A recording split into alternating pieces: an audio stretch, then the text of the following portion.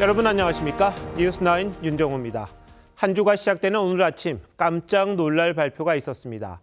대한민국이 산유국의 반열에 오를 수도 있다는 어마어마한 내용이었습니다. 그것도 윤석열 대통령이 새로운 소통 방식으로 내놓은 국정 브리핑을 통해 공개한 만큼 기대감도 높았습니다. 최대 140억 배럴, 2천조 원의 가치가 언급되면서 시장의 반응도 뜨거웠습니다. 다만 1970년대 박정희 대통령 당시에 있었던 석유 발견 해프닝을 겪었던 만큼 최종 결과가 나올 때까지 차분히 지켜보며 성공을 기원하는 게 정답일 수도 있겠습니다. 천운이 우리에게 올지는 내년 상반기면 결론이 난다니 그리 오래 걸리지도 않을 듯합니다. 오늘 뉴스9은 정부 발표부터 경제적 파장, 실현 가능성까지 하나하나 짚어보도록 하겠습니다. 먼저 조성호 기자가 윤 대통령 발표 내용부터 전합니다. 포항 영일만 앞바다에서 막대한 양의 석유와 가스가 매장돼 있을 가능성이 높다는 물리탐사 결과가 나왔습니다. 윤석열 대통령이 취임 이후 처음 시작한 국정 브리핑에서 석유와 천연가스 매장 가능성을 공식 발표했습니다.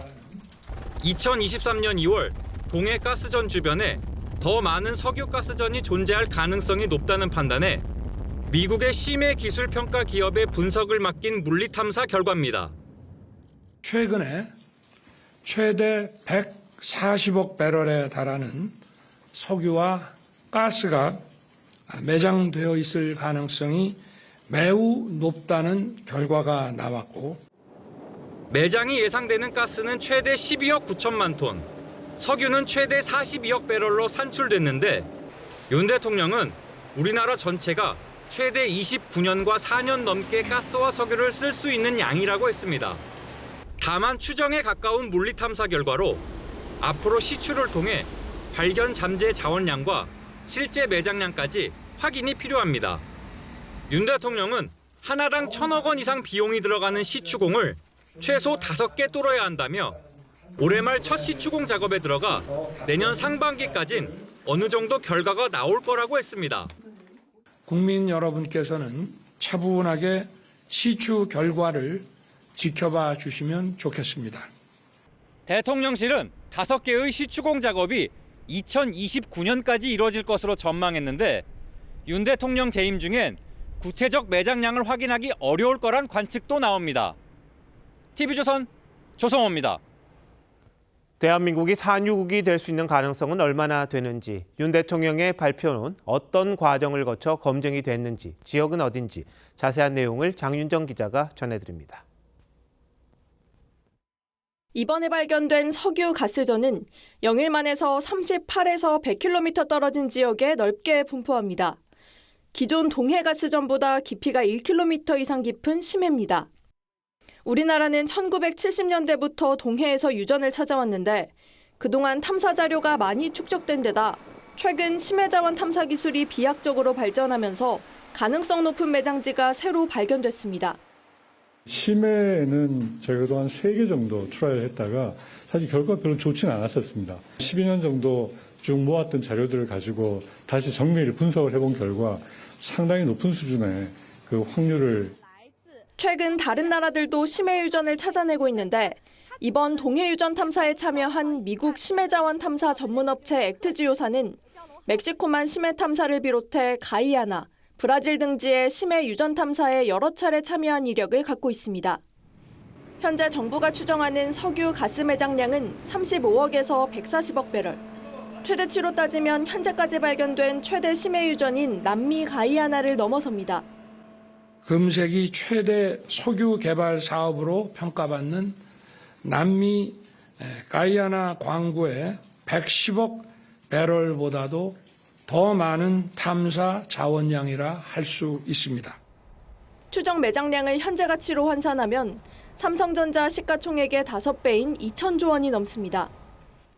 정부는 이번에 발견된 유전의 시추 성공률은 20%라며 성공률 20%는 심해 탐사에서 상당히 높은 수준이라고 평가했습니다. TV조선 장윤정입니다. 막대한 양의 석유와 가스가 묻혀 있을 가능성이 있다 하더라도 실제 생산까지는 넘어야 할 산이 많습니다. 시추공 하나 뚫었다고 바로 나오는 것도 아닙니다. 비용도 많이 듭니다. 계속해서 박상현 기자가 설명합니다. 이번에 발견된 동해 심해 유전은 석유 탐사의 1, 2단계인 지질 조사와 물리 탐사를 거친 결과입니다. 석유를 탐사하려면 가장 먼저 석유가 많이 나올 수 있는 지형인지 기초 분석을 하고 이어 2차원, 3차원 지진파 등을 통해 구체적인 유전의 규모와 부존량 등을 추정합니다. 석유가스 매장 가능성이 높게 평가된 만큼 정부는 올해 말 시추 탐사에 착수해 실제 매장 여부를 판단합니다. 올 연말 저희가 준비를 해서 한 12월 정도부터 실질적인 탐사가 시작이 될 수 있을 거라고 보고 있고 내년 상반기에는 결과가 나올 수 있을 거라고 생각이 듭니다. 시추공 한 개를 뚫을 때마다 1,000억 원의 비용이 들어가는데 시추 성공률을 20%로 내다본 만큼 최소 5개 이상을 뚫는다는 계획입니다. 시추 탐사에서 석유와 가스가 확인되면 평가정 시추를 통해 매장량을 확인하고 경제성이 있다고 판단되면 그때부터 본격적인 생산에 들어갑니다. 이 모든 과정을 끝내는데 걸리는 시간은 대략 10년. 2035년부터는 본격적인 원유 생산에 들어갈 것으로 예상됩니다. 수입에 의존하고 있는데 우리가 수입하지 않고 생산할 수 있다고 하면 뭐 그것만큼 좋은 거 없죠. 수입 대체 효과가 있는 거잖아요, 일단. 정부는 생산이 시작되면 일부는 국내에서 소비하고 나머지는 해외에 수출한다는 계획입니다. TV조선 박상현입니다. 아직 추정량이긴 합니다만 이 같은 막대한 석유와 가스 매장량은 하루아침에 우연히 발견된 게 아닙니다. 한국의 유전 탐사 어디서부터 시작됐고 한때 우리에게 산유국의 희망을 줬던 제7광구 개발은 어떻게 되고 있는지 따져보겠습니다. 김자빈 기자, 우리나라의 유전 탐사 꽤 오래전부터 시작이 됐더라고요. 네, 최초의 석유 탐사는 1959년 전남 해남의 우황리 일대에서 실시됐는데 큰 성과는 이루지 못했습니다. 1976년에 박정희 전 대통령이 영일만 석유 발견을 처음 발표했습니다. 1차 오일 쇼크를 겪었던 국민들은 당시 TV를 보며 만세를 부를 정도로 기뻐했는데요. 하지만 포항에서 추출된 기름은 원유가 아닌 것으로 확인됐고 이후 해남 지역에서 유기물층이 확인됐지만 경제성이 없다고 판단돼 개발이 중단됐습니다. 그럼 우리나라에서 처음 가스를 개발하고 생산한 건 언제부터입니까? 네, 수십 년간의 노력 끝에 1998년 동해 가스전을 발견했고 2004년부터 2021년 말까지 2조 7천억 원어치의 천연가스와 원유를 생산했습니다. 양으로 따지면 4,500만 배럴입니다. 이번에 발견된 석유와 천연가스 추정 매장량은 최대 140억 배럴로 동해 가스전의 300배가 넘는 규모입니다. 최대가 140억 배럴이잖아요. 근데 이게 얼마나 많은지 참 감이 안 오는데 우리 정부 발표로는 대한민국이 쓰는 4년치 양이다 이렇게 이야기를 하더라고요. 네, 정부가 발표한 석유 추정량은 140억 배럴 가운데 최대 42억 2천만 배럴입니다. 전 세계 석유 매장량을 보면 베트남이 44억 배럴, 남수단이 37억 배럴 정도로 각각 24번째와 25번째를 차지합니다. 최대 추정량대로라면 우리나라는 세계 25위 수준이 되는 겁니다. 상용유국이 되면은 그 원유를 실제 개발하고 생산하는 기술들과 노하우가 생기잖아요. 다른 산유국에 가서 석유 사업을 할 때 동등한 위치에서 얘기를 할 수가 있는 거예요. 본격적으로 개발하기 시작하면 전 세계적으로 유명한 기업들 다 한국으로 또 들어옵니다. 어쨌든 한때 산유국 희망을 줬던 게 제7광구인데 지금 45년이 됐잖아요. 개발이 계속 되고 있는 겁니까? 네, 이 7광구는 제주도 남쪽, 일본 규슈 서쪽에 위치해 있습니다. 1970년 한국이 먼저 7광구 대륙북 영유권을 선포했지만 일본이 반발하면서 50년 공동협정 개발을 맺었습니다. 일본은 1986년 경제성이 없다는 이유로 탐사를 중단했고 무대응으로 일관하고 있습니다. 그런데 여기가 세계 최대 석유 매장 가능성 있는 곳으로 알려져 있잖아요. 일본이 왜 그럼 공동 탐사를 중단한 겁니까? 네, 1980년대 들어 국제사회에서 관할권 획정 기준이 대륙붕에서 중간선 원칙으로 바뀌면서 배타적 경제 수역, EEZ 개념이 등장했는데요. 이 기준을 적용하면 7광구 대부분이 일본으로 넘어갑니다. 일본은 이르면 내년 협정 조기 종료를 통보한 뒤 7광구 관할권을 주장하며 독자 개발에 나서려는 것으로 보입니다. 자기네들이 유리하다고 생각하고 있기 때문에 질질 끌고서 이제 그걸 안 하는 거죠. 거기에 끼어들어오는 사람들이 누구냐면 중국 정부입니다. 한국과 일본은 50년 연장을 해서 다시 한번 개발을 해보자 하는 게 가장 좋은 방법이죠. 외교력이 동원이 돼야 돼요. 결국 일본 정부를 적극적으로 설득해야 하는 게 우리 정부의 역할이 아닌가 싶네요. 김자빈 기자 잘 들었습니다.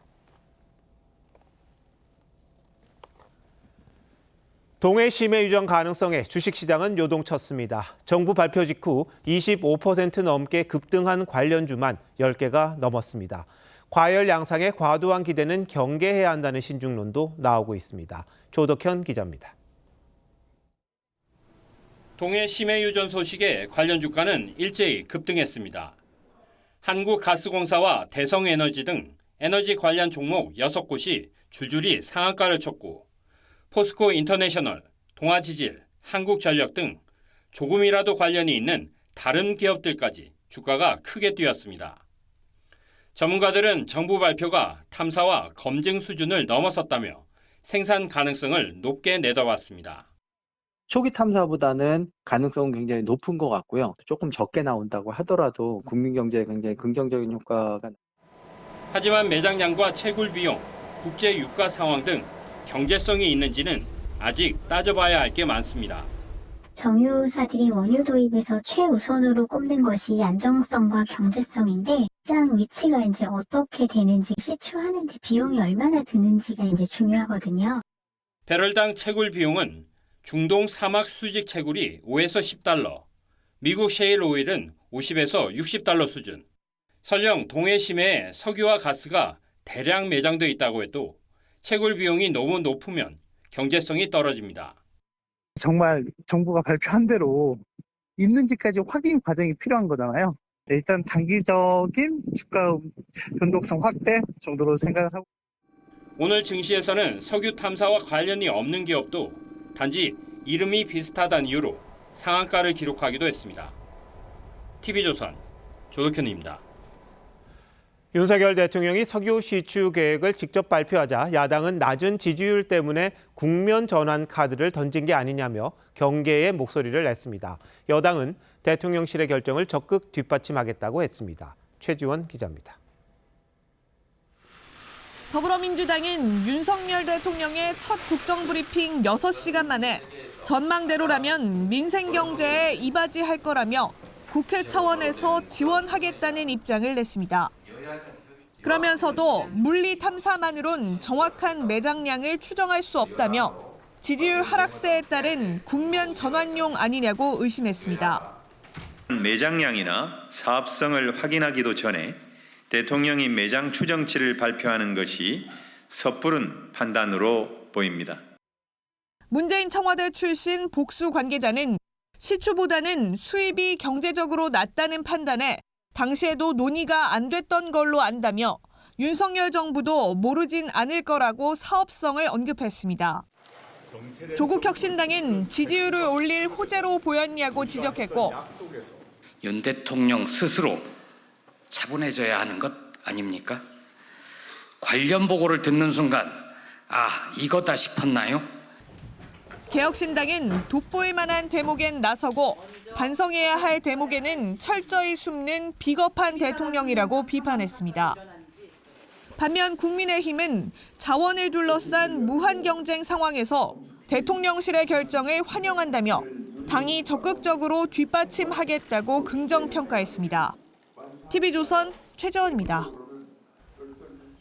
월요일 아침에 갑자기 대형 유전이 발견됐다는 초대형 뉴스가 떠서 대한민국이 깜짝 놀랐습니다. 자, 안덕근 산업자원부 장관 모시고 오늘 발표와 관련된 이야기 좀 여쭤보도록 하겠습니다. 자, 안 장관님, 오늘 발표한 배경이 있습니까? 저희가 그동안 이제 검증 작업을 계속 해왔었고요. 지난주에 이제 대통령실하고 계속 협의를 하면서 저희가 어느 정도 확신이 들었고, 그래서 제가 어제 대통령님께 대면 보고를 드렸습니다. 그래서 지금 저희로서는 물리 탐사 단계에서는 확신이 굉장히 높은데 이게 워낙 탐사 비용이 많이 들기 때문에 대통령님께서 승인을 해주시면 저희로서는 이 탐사를 할 만한 가치가 있습니다라고 보고를 드렸고 어제 최종적으로 승인을 해주셔서 오늘 대통령님께서 국민들께 이제 그 소식을 알리게 됐습니다. 네. 자, 그런데 시추 성공 확률이라는 게 있던데 여기 20%라고 해요. 그럼 나머지 80%는 실패할 확률도 있다. 이렇게 봐야 되지 않겠습니까? 근데 이 정도로도 충분히 발표할 만한 겁니까? 그렇습니다. 이 심해의 유전을 발견하는 그 업계 지금 관행으로 보면 약 한 12% 정도 성공 확률이 있으면 대부분 개발을 하는 걸로 지금 돼 있습니다. 지금 금색이 최대 발견이라고 하는 가야나의 그 심해 광구 같은 경우에는 사실 초창기에는 한 6% 확률이었는데 심층 분석을 해가지고 한 16% 정도 성공 가능성이 있다라고 판단을 하고 들어가서 그 초대형 대박을 터뜨린 케이스가 되어 있는데요. 네. 지금 저희는 지금 7개 그 유망 광구를 발견을 해놨는데 그 중에 가장 덩어리가 큰 그 광구가 한 19%, 20% 정도의 그 성공 가능성을 좀 보고 있고 충분히 저희가 한번 탐사를 해볼 만한 가치가 있다고 보고 있습니다. 자, 그런데 오늘 아침에 이제 발표를 보면서 느낀 게 뭐냐 하면 박정희 대통령 시절에 7광구가 생각이 났단 말이죠. 그때도 나왔다고 그랬다가 흐지부지 그쳤단 말입니다. 그때와 지금의 차이는 뭐라고 설명하시겠습니까? 그 당시에는 이게 상당히 근해였었던 것 같고요. 저희가 지금 발견한 데는 심해입니다. 이게 저희가 심해라고 하면은 보통 600m보다 더 깊은 바다를 얘기를 하는데 지금 저희가 발견한 그 광구 지역은 바다로만 한 1km 정도, 한 1.2km 정도 들어가야 되고 거기서부터도 한 1, 2km 정도 더 들어가야 되는 심해인데 예전에는 기술이 개발 기술이 되지 않았고 지금 이제 기술도 발전이 되고 상당히 이게 경제성 있게 개발을 할 수 있는 수준으로 와 있기 때문에 저희가 지금은 충분히 가능성이 있다고 보고 지금 있습니다. 네. 자, 근데 이미 네티즌들은요, 뭘 찾았냐 하면 액트지오라고 이번에 이 탐사와 관련된 회사가 있지 않습니까? 유망하다고 발표했던. 그런데 믿을 수 있는 회사냐, 뭐 소규모 같다, 뭐 위성사진까지 내놓으면서 이거 어떻게 믿냐, 이렇게 이야기를 합니다. 어떻게 대답하시겠습니까? 이 유전 개발에 관련되어 있는 기술들은 대부분 그 글로벌 기업들, 엑스모빌, 쉘, BP 같은 이런 회사들이 내부적으로만 가지고 있고 이런 탐사하는 회사들이 전문적으로 나와 있는 경우들이 거의 없습니다. 이러다 보니까 우리가 이번에 한 15년 정도 축적한 그 탐사 자료를 평가를 맡길 만한 기관이 없는데 상당히 다행히 그 금색이 최대 발견이라고 하는 이 가야나에 있는 유전을 발견을 했던 그 팀입니다. 소규모로 전문가들 모아가지고 만든 회사가 그 액트지오라는 회사고요. 자, 근데 액트지오만 믿으신 건 아니죠? 그렇습니다. 어떤 검증 과정을 거치셨습니까? 사실 이 결과가 작년 12월에 나왔는데 이 시점이 좀 공교로운 게 그때 선거도 또 앞두고 있고 그래서 사실은 대통령실에서도 이제 그런 부분에 대해서 상당히 민감하게 이 상황을 봐서 오히려 더 교차 검증이 필요하다라고 해가지고 저희가 국내외 검증을 맡겼고요.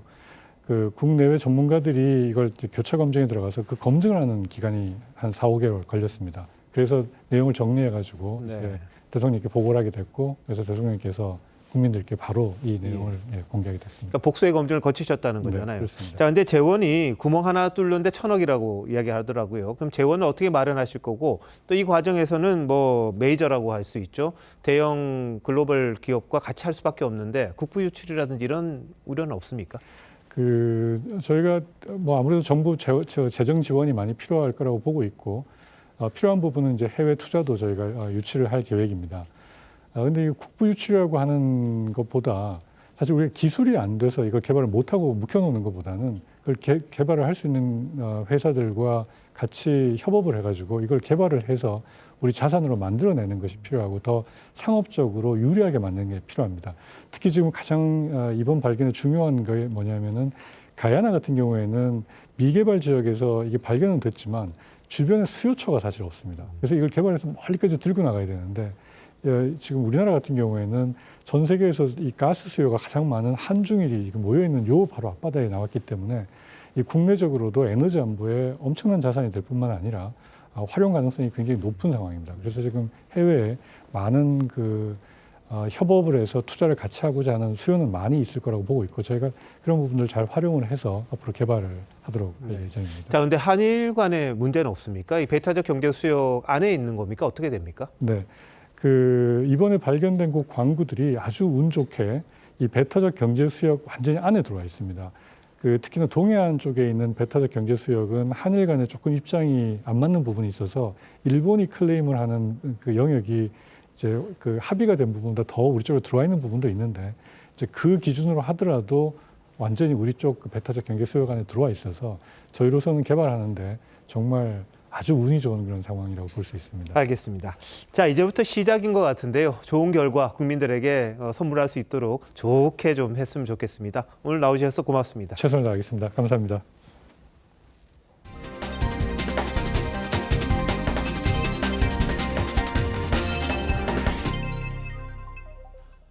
북한이 오물 풍선 도발을 계속하자 정부는 대북 확성기 방송을 다시 시작하겠다고 경고했고 내일 국무회의에서 9.19 군사합의 전체 효력을 정지하기로 했습니다. 그동안 남북 군사합의에 목격하지 못했던 여러 군사적 조치들을 하겠다는 뜻을 분명히 한 건데 문재인 정부 시절 이루어진 합의가 6년 만에 완전 폐기되는 셈입니다. 먼저 홍현주 기자입니다. 국가안전보장회의 NSC는 북한의 도발이 국민들에게 실제적 피해와 위협을 가하는 상황에서 9.19 군사합의가 군 대비 태세에 지장을 준다며 남북 간 신뢰가 회복될 때까지 9.19 합의 전체 효력을 정지하기로 했습니다. 안건이 내일 국무회의에서 의결되면 2018년 문재인 전 대통령과 김정은 위원장이 평양 정상회담 때 채택한 합의가 6년 만에 폐기되는 겁니다. 예고한 대로 북한이 감내하기 힘든 조치들에 착수하기로 했습니다. 지난해 11월 북한의 군사정찰 위성 발사에 정부가 군사분계선 인근 비행 금지 구역을 설정한 1조 3항의 효력을 정지하자 북한은 합의 전면 파기를 선언한 바 있습니다. 군사적 조치들을 처리하고 군사분계선 지역에 보다 강력한 무력과 신형 군사 장비들을 오물풍선 살포를 잠정 중단한 북한은 대북 전단을 다시 보내면 100배로 재살포하겠다고 경고했지만 탈북단체는 당초 계획대로 오는 6일 전후 대북 전단을 날리겠다는 입장입니다. 북한 사람들이 좋아하는 그때 그 사람이라든가 트로트 노래도 보내고 K-팝도 이제 보내고 그게 뭐 그렇게 나쁩니까?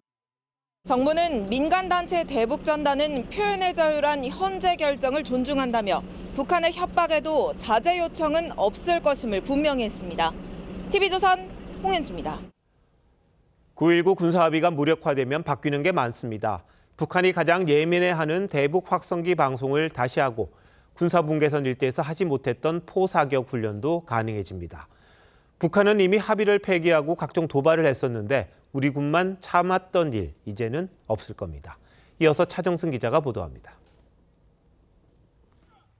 이동식 발사대에서 130mm 다연장 로켓이 굉음을 내며 발사됩니다.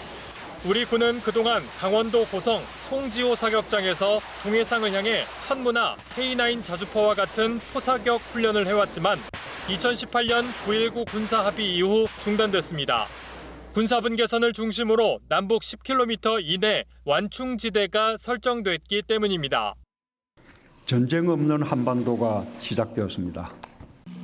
북한의 도발에도 우리 군은 그동안 포사격이나 연대급 이상 야외 기동 훈련을 하지 않았는데 효력이 정지되면 최전방 훈련장 5곳에서 곧바로 훈련이 재개될 전망입니다. 2018년 철거돼 창고에 보관 중이던 고정형 대북 확성기 10여 대와 기동형 확성기 40여 대도 다시 설치됩니다. 정부 고위 관계자는 대북 확성기는 북한 도발에 맞서 당장 시행할 수 있는 대응 중의 하나라고 했습니다. 또 지난해 11월 비행 금지 구역에 대한 일부 효력 정지로 전방 감시 정찰 능력을 회복한 군은 서해와 동해에서 함포 사격과 해상 기동 훈련도 가능해집니다.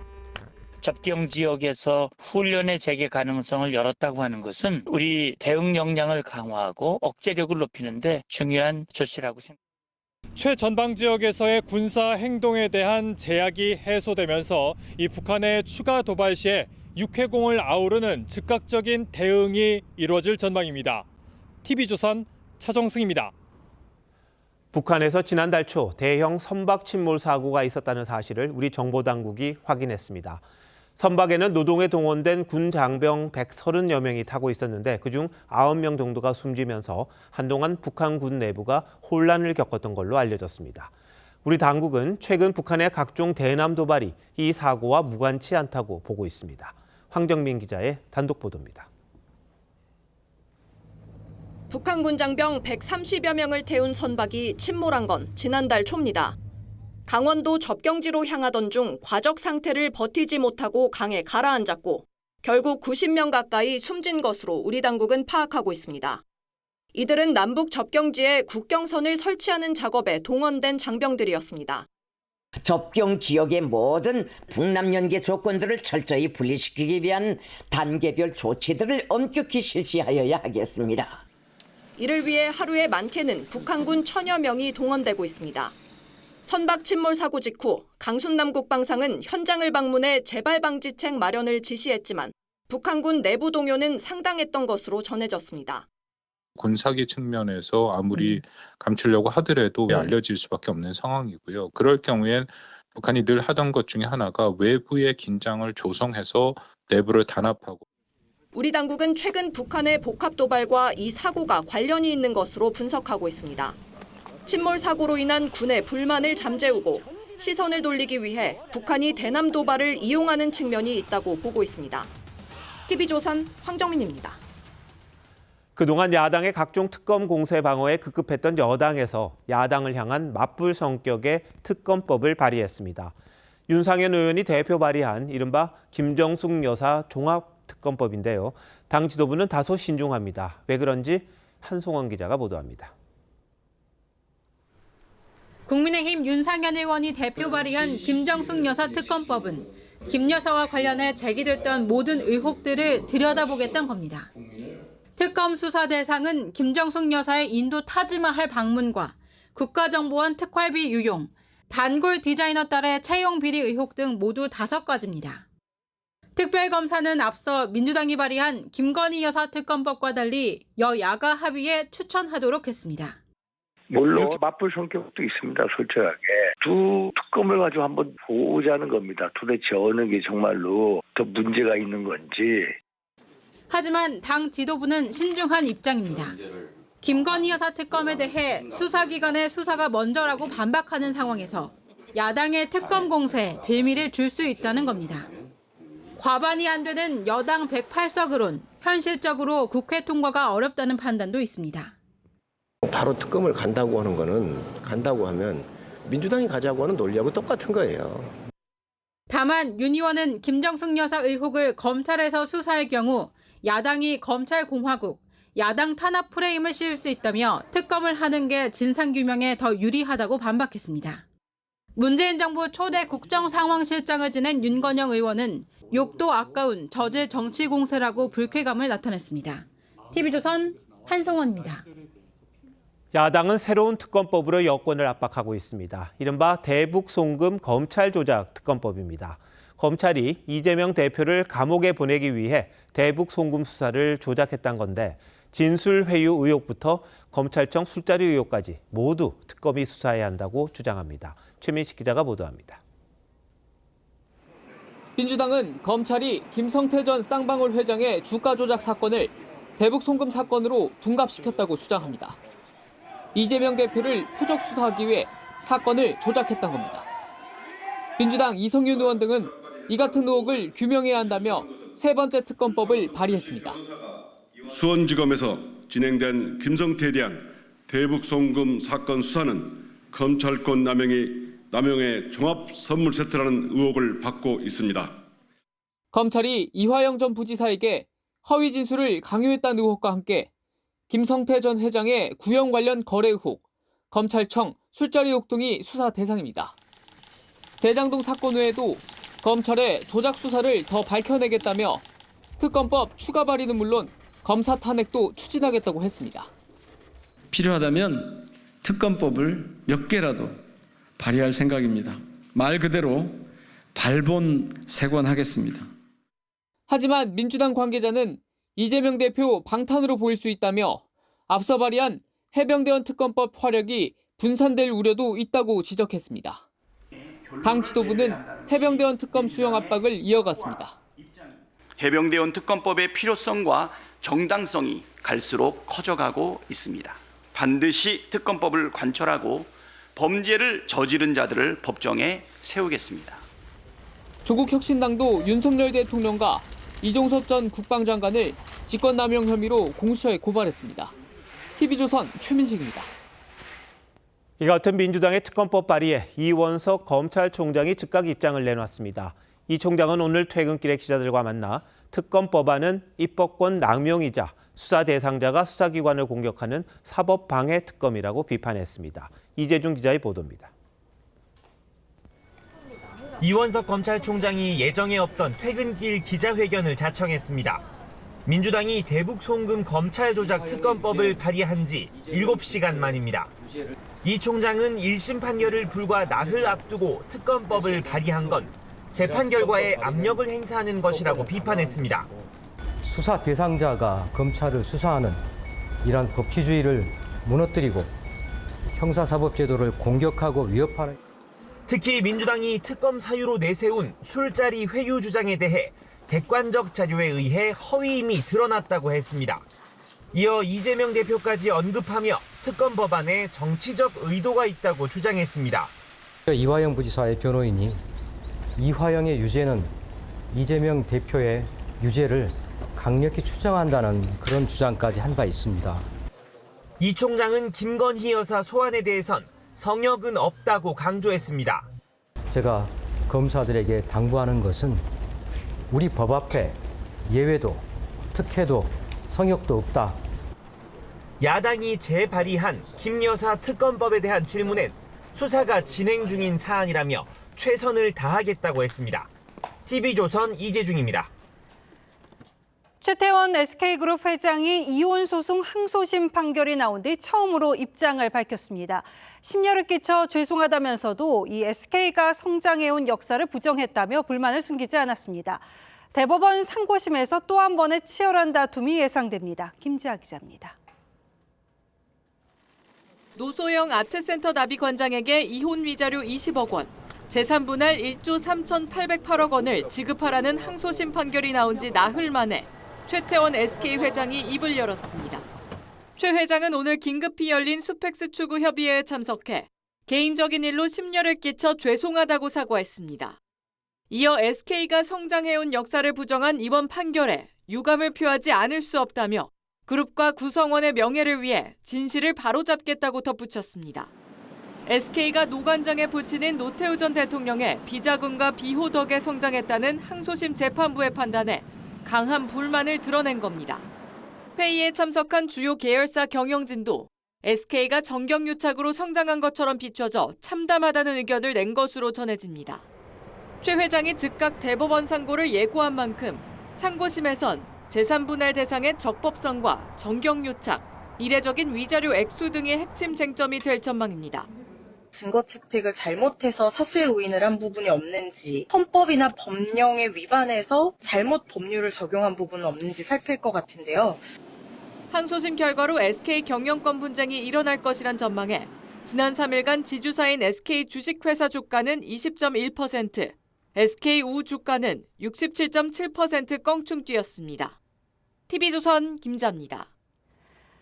전공의 집단 이탈 넉 달째입니다. 전공의 사직서 수리 금지 명령을 내렸던 정부가 사직서를 수리할 수 있다고 처음으로 언급했습니다. 의료계 요청에 따른 건데요. 이 사직서가 수리되면 전공의는 일반의로 채용이 가능해지게 됩니다. 내년도 의대 증원 절차가 마무리된 만큼 정부가 전공의들에게 퇴로를 열어주는 것으로 해석됩니다. 이 사직서 수리가 의정 갈등의 출구 전략이 될 수 있을지 신경희 기자가 짚어봤습니다. 의사협회 회의장에 시도의사회 관계자들이 긴급히 들어섭니다. 정확하게 무슨 뜻인지 큰 싸움이 모르겠어요. 저도 아직. 개원이까지 포함한 집단 휴진 여부를 14만 의사들의 투표에 붙여 결정하기로 했습니다. 의료계 총파업 가능성이 나온 지 하루 뒤인 오늘 정부는 전공의 사직서 논란에 입을 열었습니다. 사직서 수리 검토와 관련해서는 현재 정부 내에서 그 논의를 하고 있습니다. 그래서 빠른 시간 내에 이 부분에 대해서는 결정할 예정이라는 말.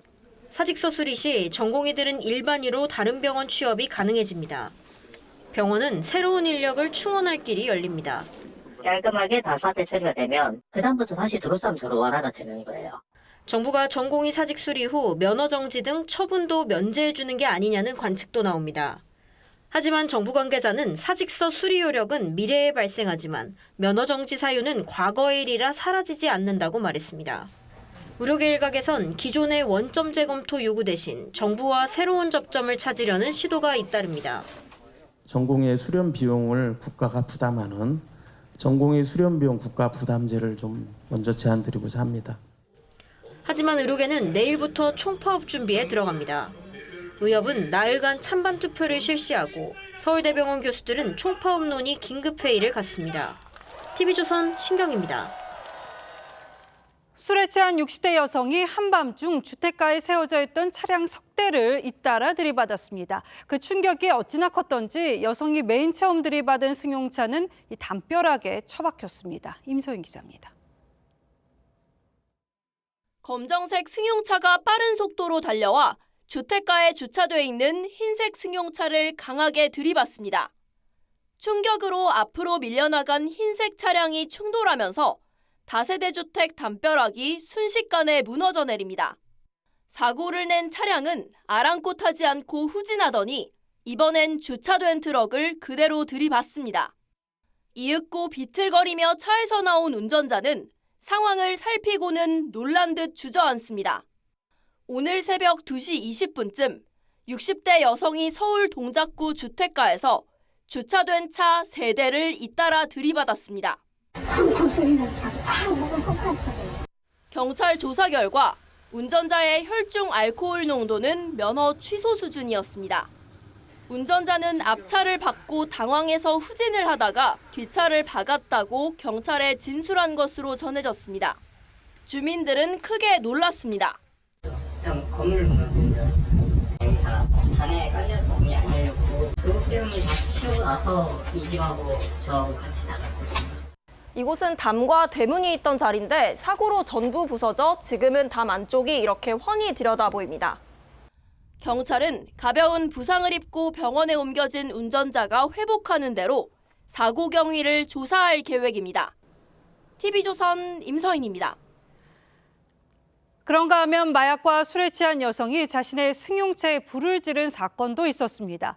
여성은 불길에 치솟자 그제서야 당황한 듯 발을 동동 굴렀습니다. 전정원 기자입니다. 새벽 시간 승용차 한 대가 인도에 반쯤 걸친 채 멈춰섭니다. 운전석에서 불빛이 깜빡이는가 싶더니 잠시 뒤 시뻘건 불길이 치솟습니다. 차에서 내린 여성은 발을 동동 구르다 사라집니다. 어제 새벽 3시 20분쯤 서울 성북구의 주택가 도로에서 벤츠 차주가 라이터로 자기 차에 불을 질렀습니다. 실내가 그냥 벌써 빨갛게 불이 타오르고 있더라고. 터지는 소리가 나고. 차에서 강한 불길이 치솟으면서 인접한 가게 앞 화분까지 그을렸는데 자칫 건물로 불이 번질 뻔했습니다. 여성의 지인이 영상통화를 했는데 친구가 차에 불을 붙이는 것 같다고 경찰에 신고했습니다. 출동한 경찰이 주변을 20여 분간 수색한 끝에 사고 지점 인근에서 말과 행동이 불안정한 여성을 붙잡았습니다. 음주 측정 결과 여성은 면허 취소 수준의 만취 상태였고 마약 간이 검사에서도 필로폰 양성 반응이 나왔습니다. 벤츠는 내부가 완전히 불에 탔습니다. 경찰은 여성이 불쏘시개를 썼는지 마약은 어디서 구입했는지 조사한 뒤 구속영장 신청 여부를 결정할 방침입니다. TV조선 전정원입니다. 이 해상유를 경유로 둔갑시켜서 580억 원어치를 판매한 일당이 구속됐습니다. 해상유는 대기오염의 주 원인인 황 함량이 높아서 바다에서만 사용할 수 있죠. 일당은 싼 가격에 해상유를 사들인 뒤에 이 화학약품을 섞어서 가짜 경유를 만들었는데 눈으로는 구분할 수 없는 수준이었습니다. 이승훈 기자가 보도합니다. 붉은색 선박용 면세유에 화학약품을 넣고 유리막대로 휘젓자 색이 노란색으로 변합니다. 여기에 정품 경유를 조금 섞자 진짜와 가짜 경유를 색으로는 구분할 수가 없습니다. 색이 거의 구분할 수 없을 정도로 같은 색깔 나타내게 됩니다. 이렇게 가짜 경유를 만들어 판 전북 지역 조직폭력배 등 일당 9명이 경찰에 구속됐습니다. 이들은 주유소 25개를 직접 운영하며 가짜 경유를 팔았는데 2022년 7월까지 1년여 동안 판매한 양은 4,200만 리터, 580억 원어치에 이릅니다. 역대 최대 규모입니다. 수익금을 최대화하기 위해서 현재 리터당 500원 상당하는 해상유를 원재료로 사용하였고, 해상유는 일반 경유보다 황 함량이 많아 육지에서 사용이 금지돼 있습니다. 이들이 만든 가짜 경유의 황 함량은 기준치의 32배가 넘었는데 이를 주유한 차량에서 잇따라 결함이 발생하면서 경찰 수사가 시작됐습니다. 인젝터, 고압 펌프 등 연료교통 주요 계통을 영향을 미쳐 출력 및 연비가 저하되고 자동차 엔진 계통 고장의 주요 원인이. 경찰은 면세 해상유를 선박용으로 공급하지 않고 일당들에게 팔아넘긴 브로커도 쫓고 있습니다. TV조선 이수훈입니다. 국민의힘이 다음 달 25일 전당대회를 열어 새 당대표를 뽑기로 잠정 결정했습니다. 전당대회 룰도 신속하게 결정하기로 했습니다. 이런 가운데 총선 패인을 분석 중인 백서특위가 오늘 대전 지역 출마자들을 만났는데 윤석열 대통령과 관련해 쓴소리가 나왔다고 합니다. 이태희 기자가 보도합니다. 국민의힘이 다음 달 말 파리올림픽 개막 이전인 25일 전당대회를 실시하기로 했습니다. 다만 선거인단 구성을 포함한 절차상 이유로 날짜가 더 늦춰질 수는 있다고 했습니다. 많이 촉박한 것은 사실입니다. 그럼에도 불구하고 저희가 가능하면 최대한 좀 빨리 마무리를 하는 것이 좋을 것 같아서. 당 일각에선 8월 중순 전당대회를 여는 게 흥행에 유리할 거란 목소리도 있었지만 7월 말 이전 개최로 공감대가 형성된 것으로 알려졌습니다. 올림픽 경기 시작 전에 맞춰볼까 합니다. 얼마 남지 않은 시간을 집중적으로 효율적으로. 지도체제에 대해선 오늘 의원총회에서 현재의 단일 지도체제를 유지하기로 의견을 모은 걸로 전해졌습니다. 다만 지도부 선출 방식의 당심과 민심 비중을 7대3이나 8대2 중 어떻게 반영할지는 온라인 투표로 결정하는 방안이 논의됐습니다. 한편 총선 패인을 분석 중인 백서특위는 7석 모두 민주당에 패한 대전 출마자들과 간담회를 했는데 윤 대통령이 아닌 민심에 반응해야 한다는 지적이 나왔습니다. 대통령이나 정부를 이렇게 견인하고 해야 됨에도 불구하고 맹종하고 또 모른 척하고 이런 것들이 굉장히 만연해 있는. 총선 백서 발간 시기와 관련해 당 지도부는 특정 인물 책임론으로 논란이 커질 수 있는 만큼 전당대회 이후 출간을 권고했습니다. TV조선 이태희입니다. 연금 개혁과 함께 종부세 완화 카드를 먼저 꺼내 정책 주도권을 잡아보려던 민주당이 주춤하고 있습니다. 여권이 막상 종부세 관련 논의를 시작하자며 적극적으로 나오자 뒤로 물러선 겁니다.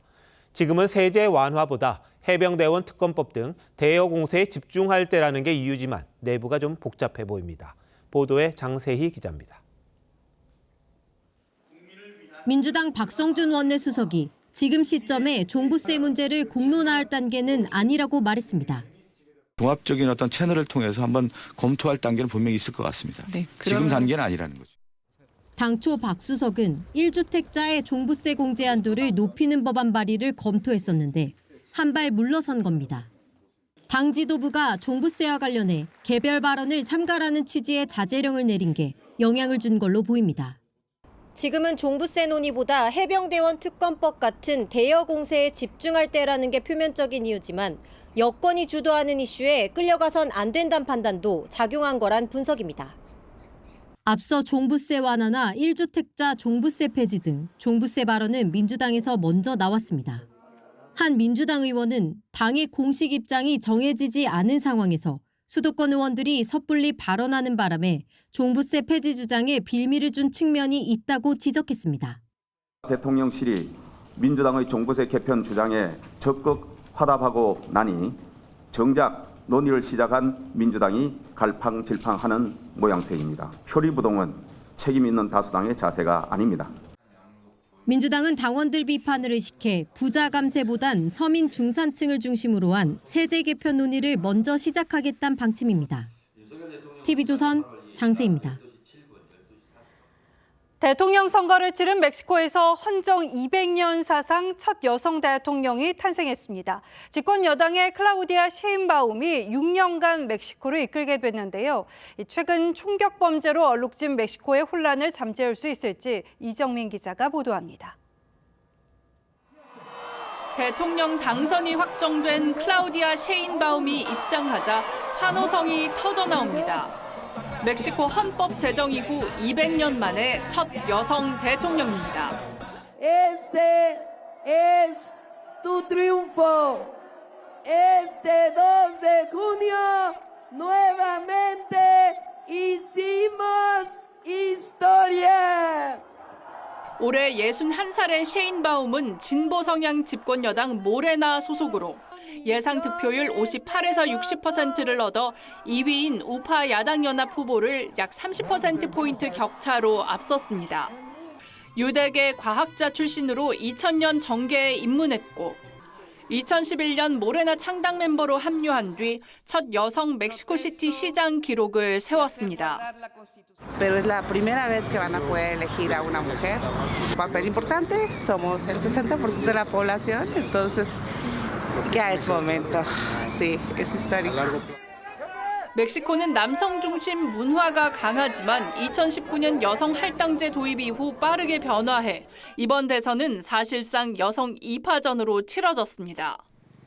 다시 한번 집권 여당을 선택한 국민들은 새 정부의 물가와 치안 안정을 바랍니다. Porque tengo la esperanza de que todos nos levantemos el día de hoy a votar por un México libre, sin violencia, en paz y amor y amparados por la Virgen de Guadalupe. 일각에선 역대 최대 규모의 동시 선거이자 가장 폭력적인 선거였다는 비판도 나왔습니다. 유세 기간 유혈 사태로 정치인 등 최소 38명이 목숨을 잃었고 대선 당일에도 투표소에서 총격 사건이 벌어져 최소 2명이 숨졌습니다. TV조선 이정민입니다. 감독의 무덤으로 불리는 한화 이글스의 KBO 리그 896승의 백전노장 김경문 감독이 취임했습니다.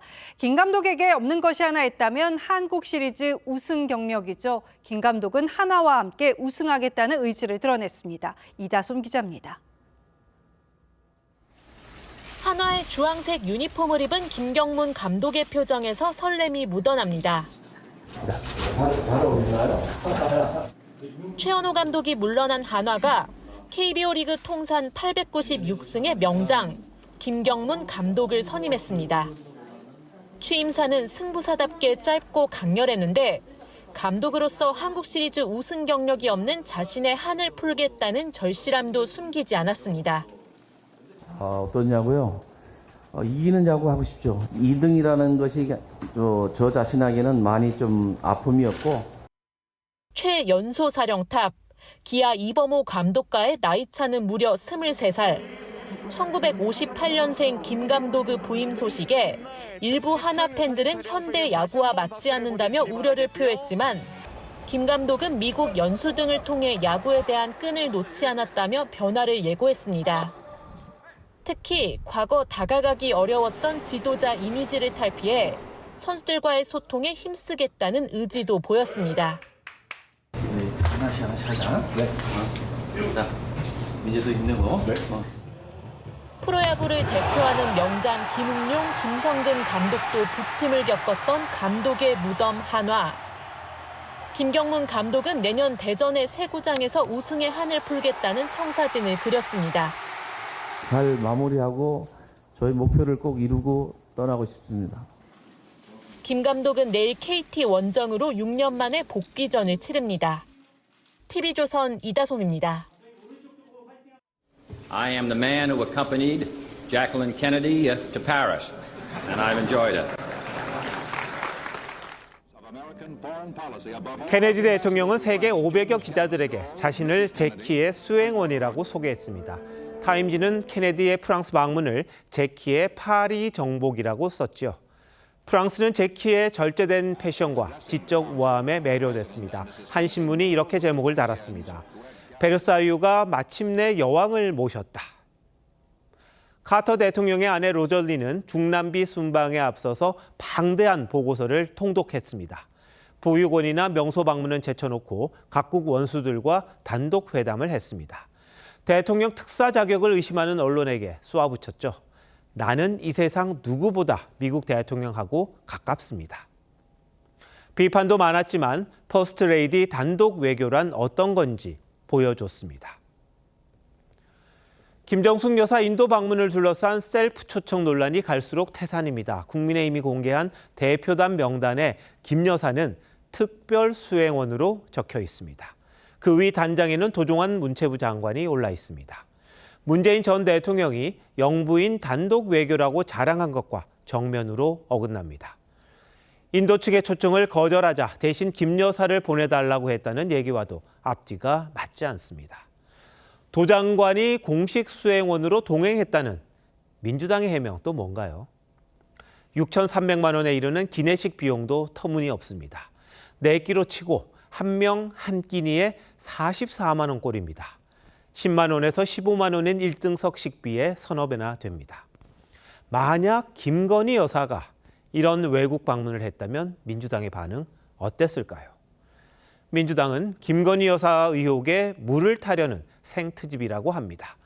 하지만 멀어지던 6년 전 의혹을 다시 끄집어내 이를 긁어댄 장본인이 누군가요? 노홍화구라는 신라의 설화가 있습니다. 노인이 김유신의 집 앞을 서성거리기에 불러들여서 옛날처럼 변할 수 있냐고 물었습니다. 노인은 범이 됐다가 매로 변하더니 강아지가 돼 나갔다고 합니다. 문 전 대통령의 약속을 생각합니다. 훗날 평범한 시민이 되어 국민 여러분의 자랑으로 남겠습니다. 6월 3일 앵커 칼럼 오늘 긁어 부스름이었습니다.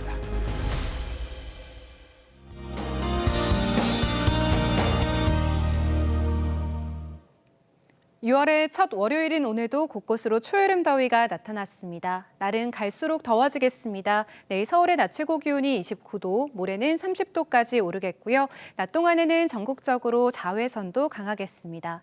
오늘 자정까지 호남과 경남 내륙에는 벼락과 우박을 동반한 소나기가 지날 수 있겠습니다. 이들 지역 내일 출근길에는 짙은 안개가 예상돼 안전운전 하셔야겠습니다.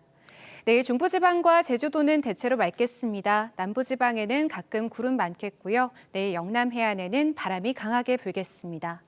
당분간 내륙을 중심으로 일교차가 크겠습니다. 내일 아침 기온은 서울이 16도로 오늘과 비슷하겠고 안동 11도 보이며 오늘보다는 조금 낮겠습니다.